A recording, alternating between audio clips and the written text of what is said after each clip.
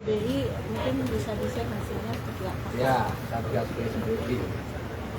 Baru saja saya menerima pansus BLBI DPD Republik Indonesia yang dipimpin oleh Pak Bustami, ditemani oleh Pak Tamsil Lindung dan Mbak Fahira Idris serta Mbak Evi, mengkonfirmasikan tentang apa yang telah dilakukan dan perlu dilakukan lagi untuk BLBI.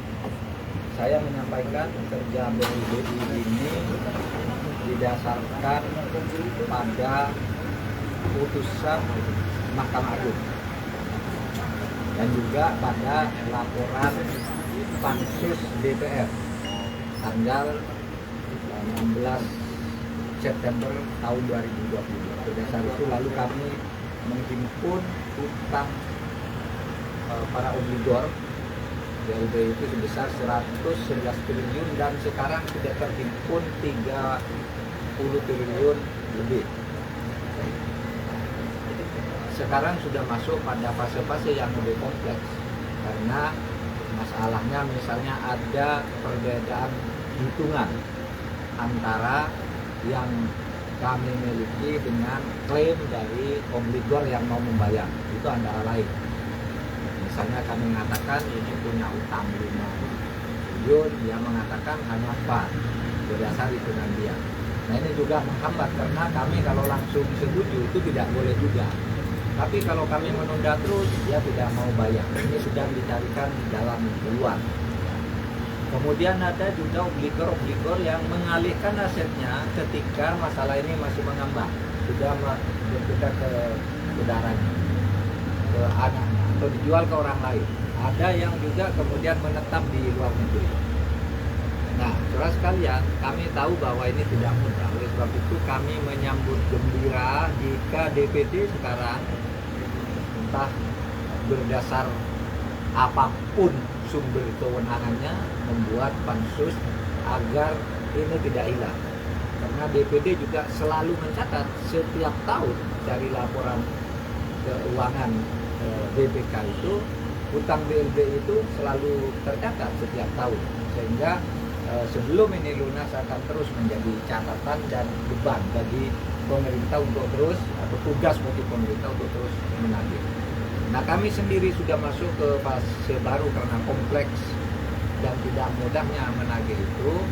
Misalnya sudah mulai masuk ke pemberlakuan peraturan pemerintah nomor 28 tahun 2022 yang di situ sudah memberi sanksi, ya, mencabut paspor, menutup akses ke bank, membekukan rekening, membatasi bisnis dan sebagainya. Itu sudah ada PP-nya, PP nomor 28 tahun 2022.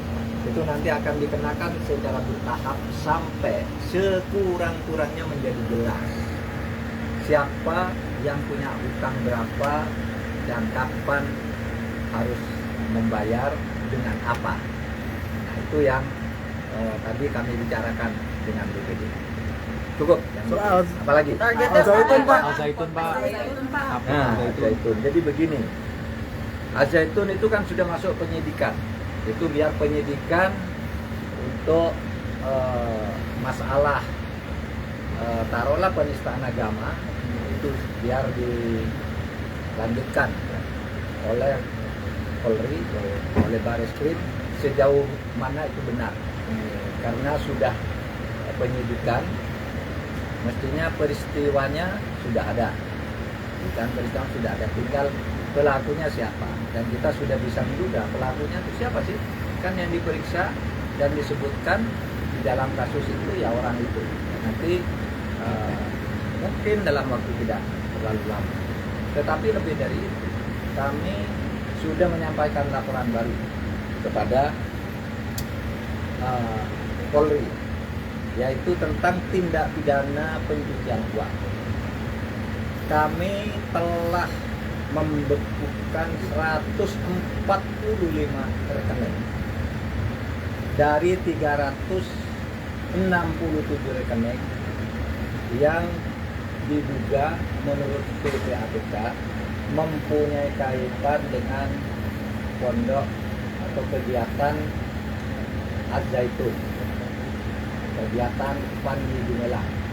Kita sudah sebutkan di situ beberapa tindak pidana yang mungkin terkait dengan itu, misalnya tindak pidana penggelapan, tindak pidana penipuan, tindak pidana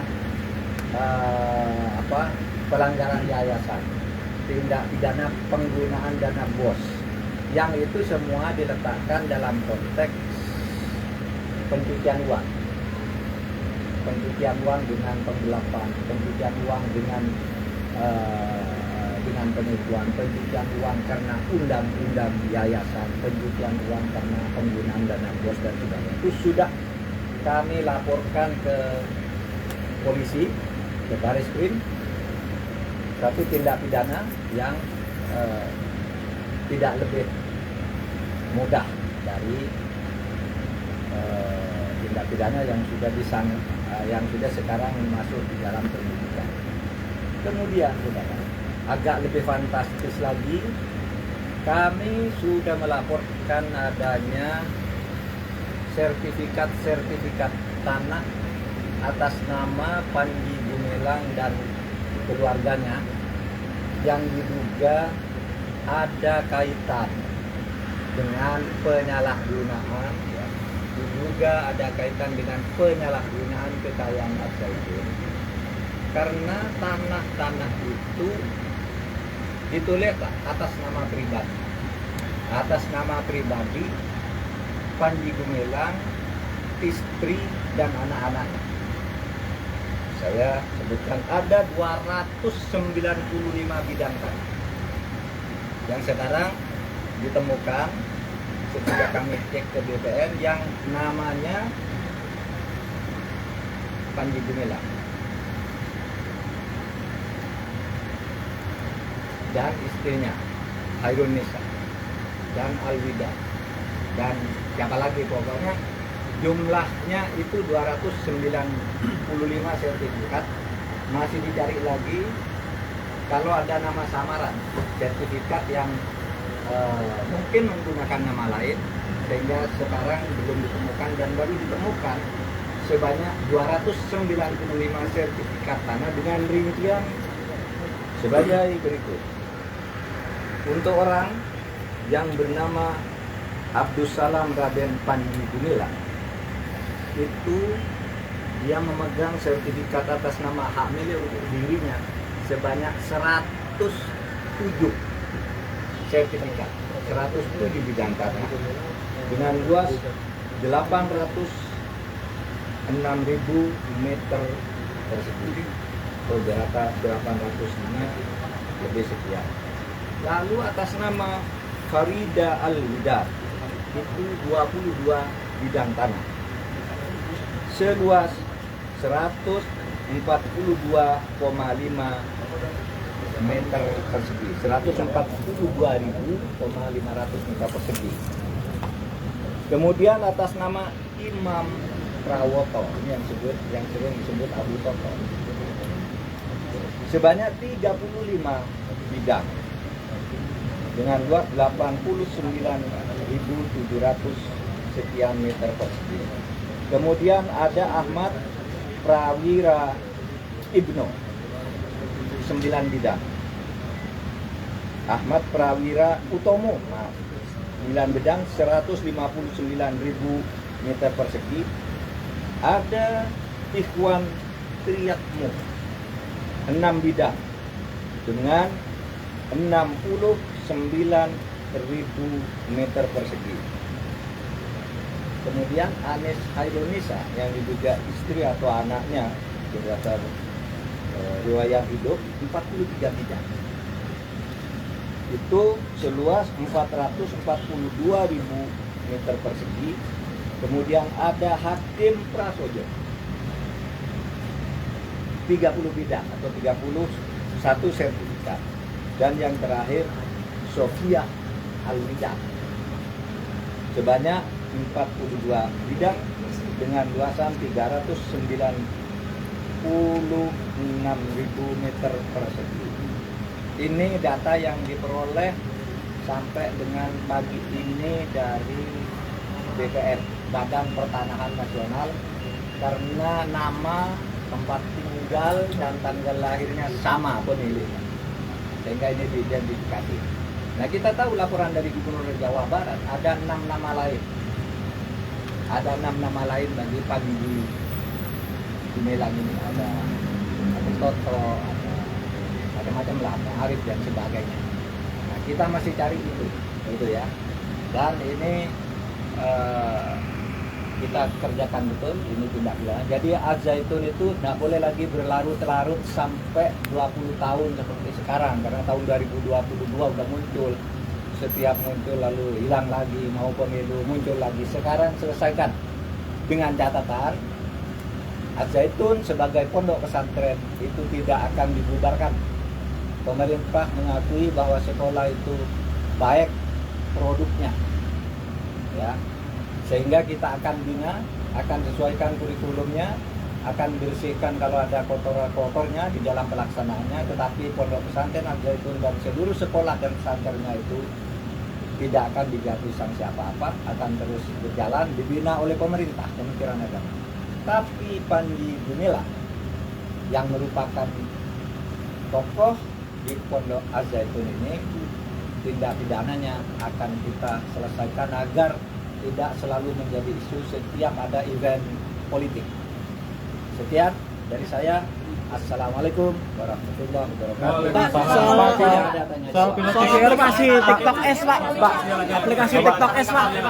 Pro aplikasi TikTok S, Pak. Kemarin soal aplikasi TikTok S, Pak. Siapa nih yang tanya?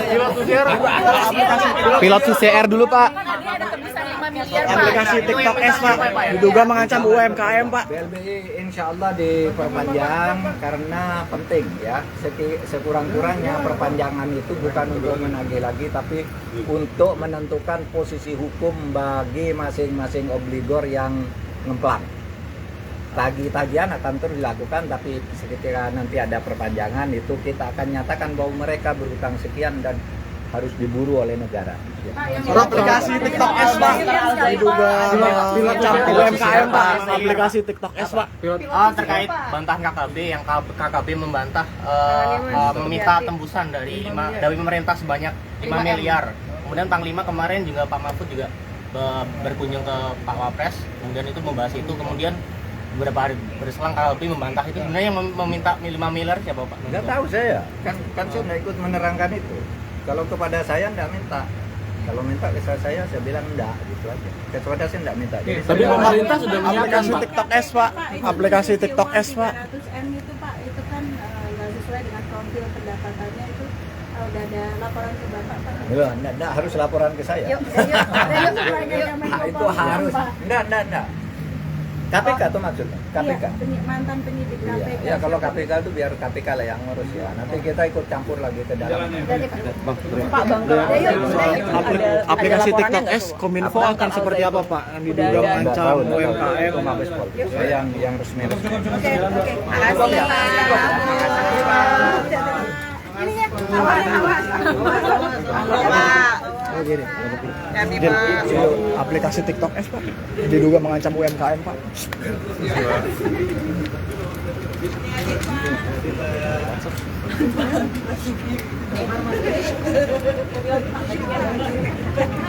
Sorry.